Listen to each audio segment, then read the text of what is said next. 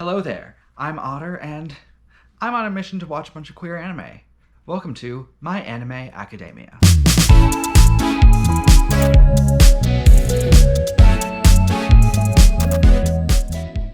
If you're new to this series, I found this article in Den of Geek about the 10 best queer anime and realized that I'd only seen one of them, Yuri on Ice. So I decided to watch all of them, basically, and share the experience with you.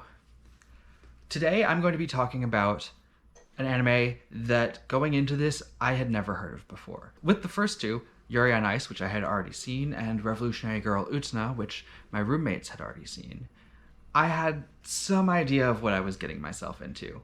But with number 6, I've never heard of it before, so we'll see what happens here. As it turns out, this is a next to impossible anime to find in the United States. It's no longer on Crunchyroll, and it's not on any of the other streaming platforms. And a DVD or Blu-ray of it costs over $200.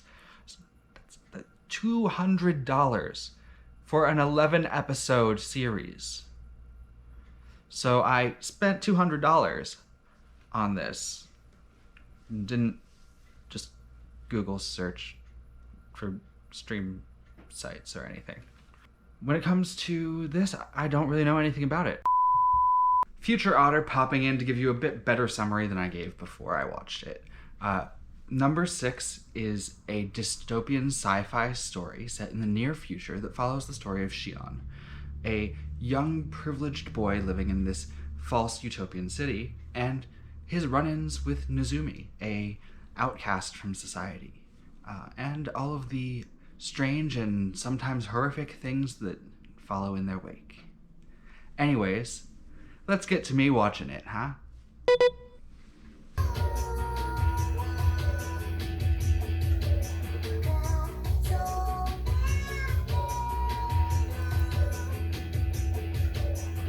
Alright, starting out, number 6.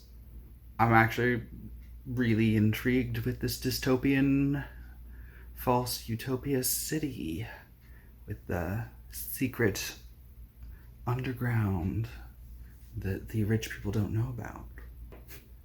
Shinon, and his female friend. So he's so obviously gay. When she kisses him, he's like, "Why are you doing that thing my mom does?" And then she's so blunt about it, like, "No, this is for reproductive reasons." It's interesting seeing like a near future, because it's like everything's futuristic, but it's not like ridiculously futuristic tech, you know? And then, when Nezumi comes to his door and he just wants to sew up his wound and help him. It's all, that whole thing is really cute, and they're really cute together, and the whole pinning him down, and then he goes to hold his hand. I think this is the only episode when they're 12. I think they jump ahead a couple years. So I'm intrigued to see what happens with the security bureau knocking on their door. Also, yes, scream into the void in the storm. Okay then. So yeah, 4 years later, and they took his house away because he helped him, which, wow. Although maybe they gave him the house in the first place because he tested so high. So I guess like him being super smart meant that he was able to live in luxury with his mom, and then it got taken away. But his mom looks so much happier running her bakery. And it's sad that he has to leave. Sudden old man corpse with a wasp in the neck. Huh? Oh my god, his friend. That's the least sexy way that you can come on to someone, is to say, "Hey, I want your sperm." And then him being like, "No, it's not, I see you as a friend." And I'm just like, you gay. It's okay, you gay. His coworker dying right in front of him. And then, Nezumi saving him How long has he been tracking him? Has he been keeping track of him this whole time, or does he just happen to be following this corpse thing and they intersected? And he takes him outside the city after saving him, but he's got the infection in his neck. That's not good. That's probably how his hair turns white, because in all the art his hair is white. So I have a feeling that that's in the next episode. I was right. This was where his hair turned white, with the wasp in his neck and taking the pupa out, but it was just a little too late to stop it from spreading through his veins. And he's got this little like spiral thingy now. But yeah, the whole scene with taking it out with Nizumi seeming to know a lot about him for someone who just happened to save his life to return a favor. And the whole just kill me and like convincing him to let him help and to fight. That was nice. And then we get to meet Dog Loan, because she loans dogs to people. I want to know. I want to know the secrets that he's offering.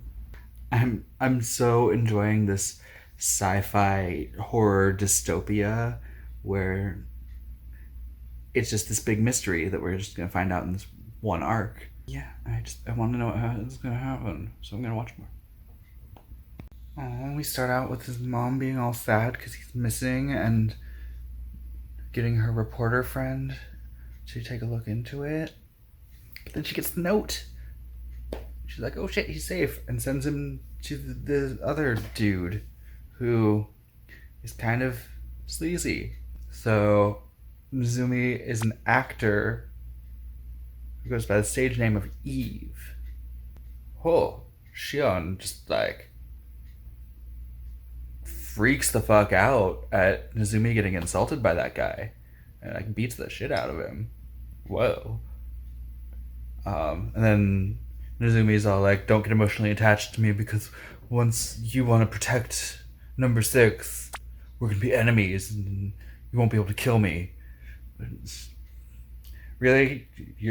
He's the only one getting attached? You're the one that's walking around telling people that he's yours.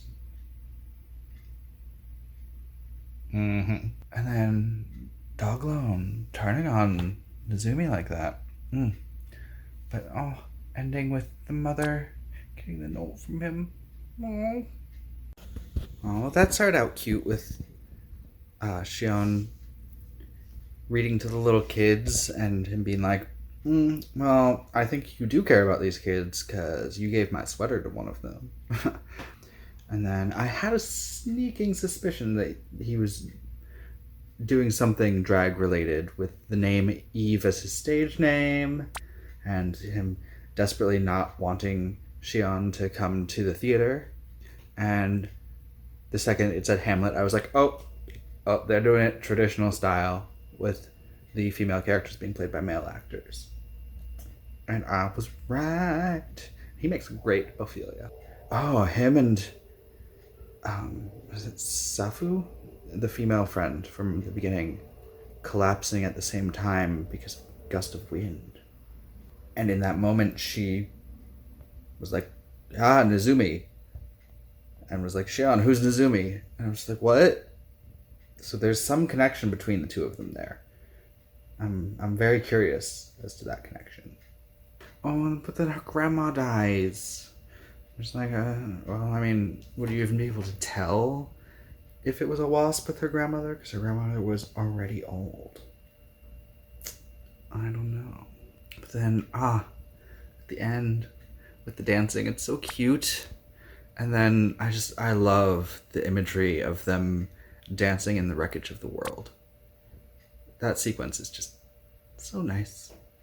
It ends with Shion being like, hey, I can't help it, I care about you.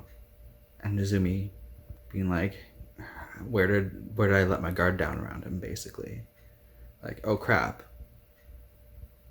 I let him get too close.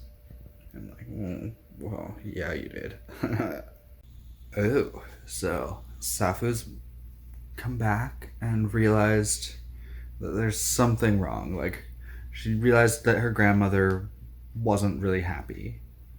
And it seems like her voicing that put her on the suspicious list for the security bureau.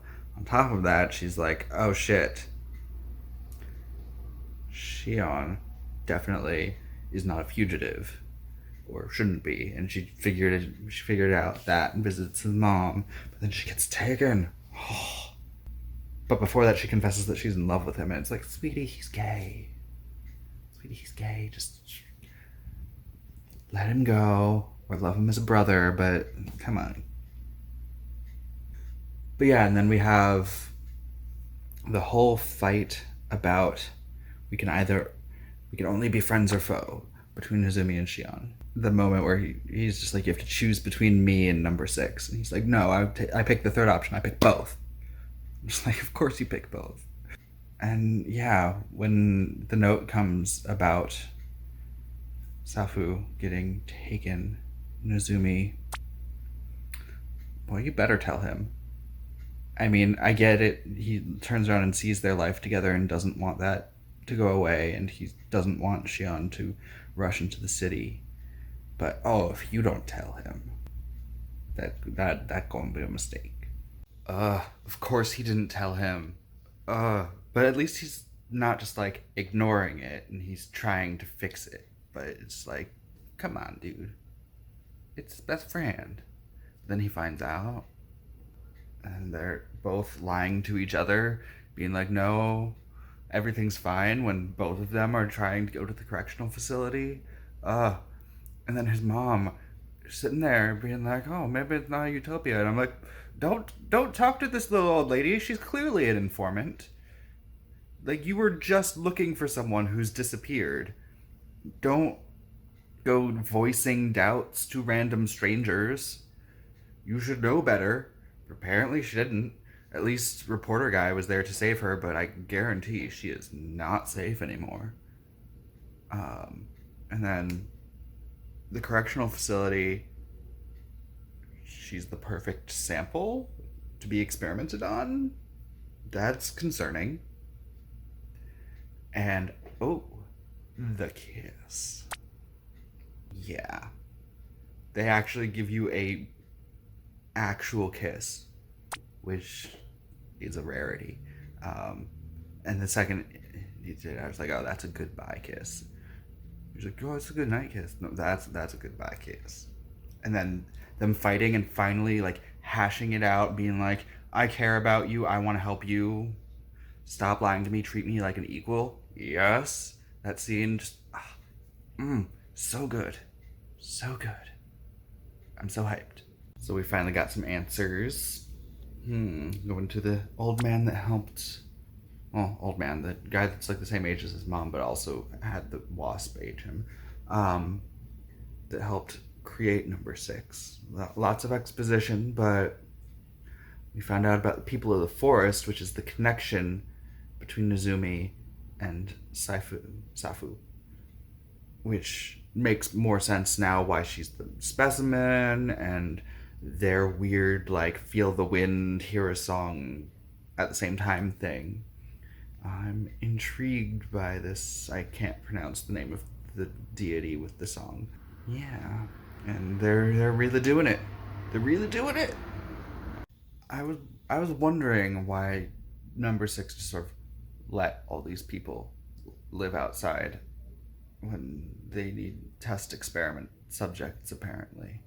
But yeah, they just rounded them all up with tanks. That's cleaning day, I guess. Does this happen every year before the high holiday? If so, these people should know it's coming. Or is this a new thing because they're waking up Aurelius with Safu?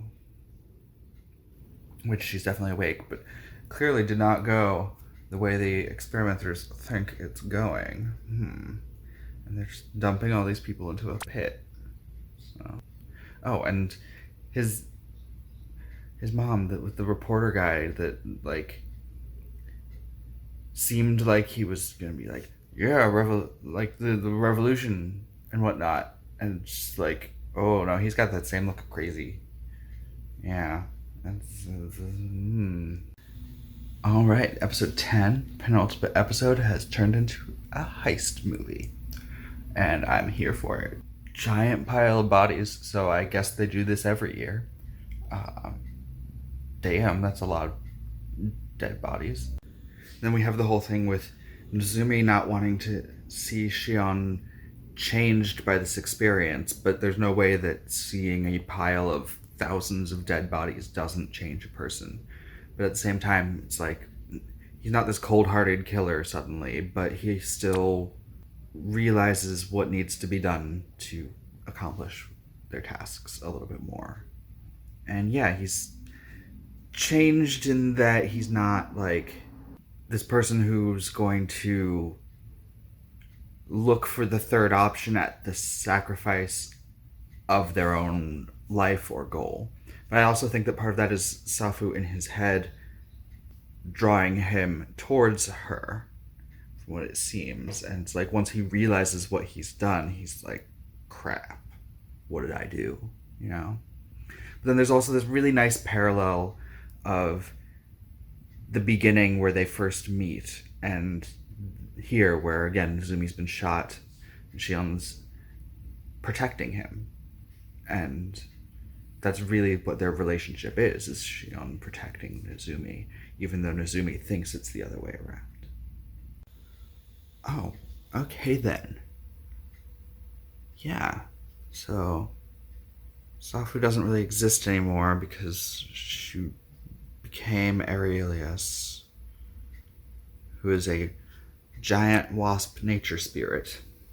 So I think their experiments were trying to replicate her, which was the wasp in the neck thing. And then destroying the computer freed her. So the nature spirit then, having heard the idea of just tear down the wall and let people live, or let people out, goes and tears down the wall. And then I was totally preparing myself for a not happy ending when he gets shot in the chest, and then okay, suddenly revives him. Okay, great, we're gonna get a happy ending. His mom's coming to find him, and then they have this like big kiss with the like setting sun in the background. You're like, oh, happily ever after. And then no, that was a kiss goodbye. Apparently he just leaves him with a baby to go find his mom with his baby. And I guess it's technically still a happy ending, but it's not necessarily the ending I was expecting. Anyways, we'll talk more about this now. And we're back. All right, I have to say I really enjoyed this anime. It was a step in a different direction than the two that I've watched so far, starting with Yuri on Ice, which was very much a like slice of life meets sports comic. It was a much smaller story set in like the real world. And then you had Utena, which was like just this crazy fantasy alternate reality of surrealism. But here you have hyper realistic near future sci-fi, and I really enjoyed that. There were a bunch of different like little horror elements, and I wouldn't call it a horror anime, but there were definitely horror elements in it. Like you can't watch someone instantly age into a mummy and have a wasp birth itself out of their neck and not call it at least a little bit of horror. But yeah, this story was really, really fun. There was none of that formulaic aspect that you get in a lot of animes that are set in something like a sports anime. Sports animes follow a very specific pattern of this is how the competitions go. Or you have the school animes where you have to defeat all of the different people, usually on a student council. And that also ends up being very formulaic. See Kill la Kill, Utena, etc. But this being such a short, concise story that if it was a US show, it would be called a miniseries because it's just one season and it's done. This really got to just tell you a story without having to pad things out. In fact, sometimes you wished there was more time to learn more details. But at the end of the day, I think 11 episodes was the perfect length for this, because nothing felt like it was being padded out, and nothing felt like it was left in a spot that was unsatisfying. Was everything explained? No, but everything doesn't need to be explained. It was still a very satisfying ending, even though it wasn't the one that I wanted.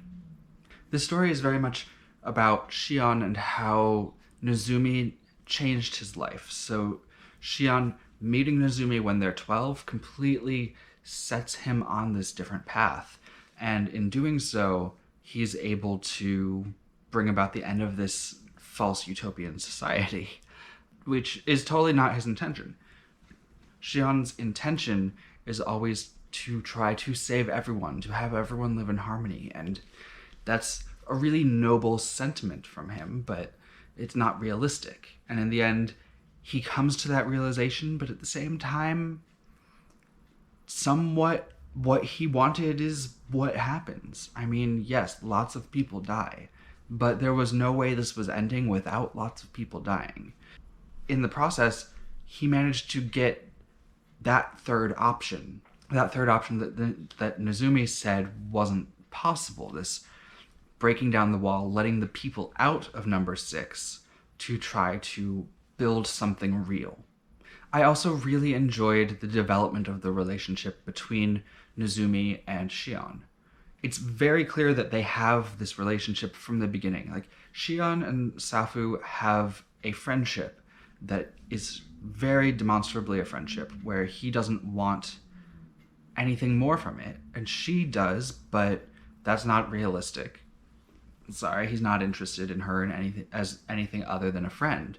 But it's really nice to see this friendship shown, and then see Shion meet someone who just blows him away.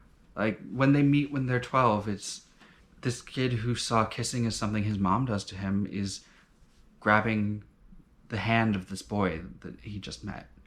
And it's very clear that, like, they connected instantly. And then Nozumi keeps tabs on Shion for the next 4 years and comes and saves him when he's in trouble. And then, again, them living together and their entire life outside of number 6 together is really developed well, where they don't have to say, oh, they're boyfriends, because they're not necessarily sleeping together.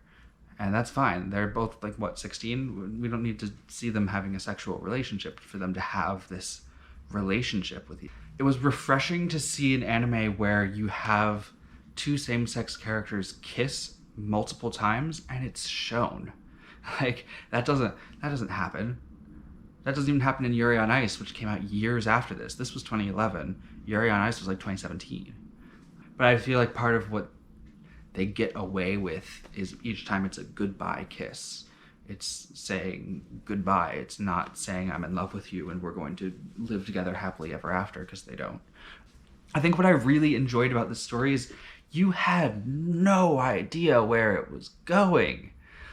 I know that I'm one who doesn't necessarily, like, pick up on all of the subtle details, but I'm usually pretty good at predicting where a story's gonna go, or a general direction where it's gonna go. But, like, I definitely did not see that ending coming. I didn't see the thing that they were actually after being this nature spirit, that she had to, like, give up her form for that nature spirit to be brought back, or that they would have to destroy a computer to release her from the captivity. And I didn't see a lot of it coming. Like, it caught me off guard when Shion got shot. I was just like, oh, what? And then I was like, oh, well, it's going to have a sad ending, and that's okay. Things can have sad endings. We don't need a happily ever after every time. But then I was thrown off guard again when he got brought back to life. And then in the end, I was like, oh, well, they'll live happily ever after together. And no, Nozumi doesn't want anything to do with this, because he wants nothing to do with the people of number 6 and goes off on his own. Which is also just like, what? You put all of this effort into saving Shion because you care about him, but then Shion changes in the process, so you leave? I don't know if he's necessarily leaving because Shion changed. Like, it's not... I'm not going to go that far and say that, but he's definitely leaving because he wants nothing to do with the people coming out of number 6, because he still sees number 6 as this horrible thing. Even the people that had nothing to do with creating it, that just lived there, are still something that Nezumi wants nothing to do with. Either that, or Nezumi had to give his life essence to bring Shion back. That's also a possibility. It was really nice watching a story that at times felt like a slice of life of this near future dystopia, and at other times one episode was a straight up heist movie compressed into 20 minutes. It was full of action, full of adventure, full of fun characters. There's a girl that's raised by dogs. Come on. It's great. And it was such a fantastic ride that had me on the edge of my seat. And I have no clue why it's impossible to find this in the US. Like, it was on Crunchyroll at one point, and I guess it's 10 years old and didn't have this diehard following. So, it's a really good show. And it's ridiculous that DVDs of it cost $200. Like, that's the only way to legally watch this? Come on. This was so good. It deserves better than it's being treated, honestly.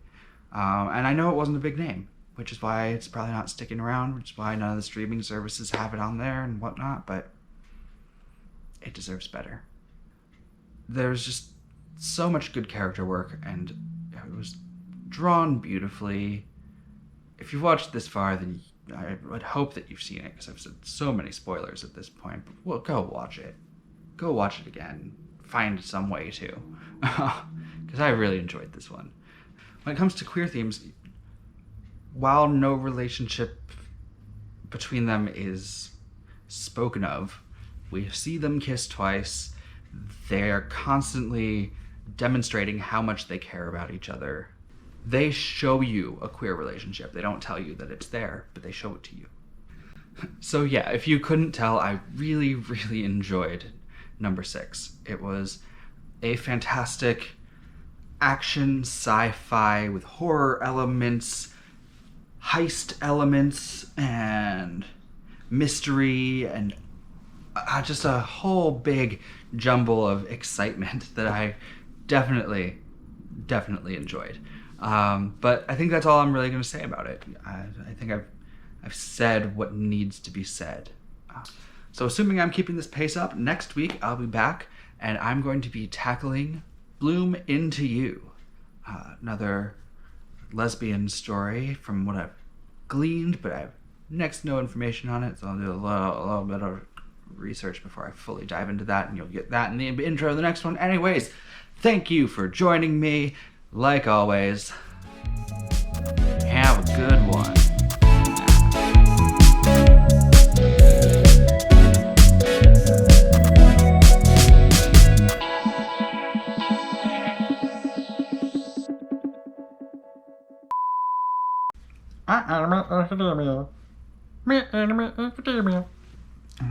This is like the worst place to try to record any audio, by the way. Middle of Uptown Chicago. Alrighty. We'll wait.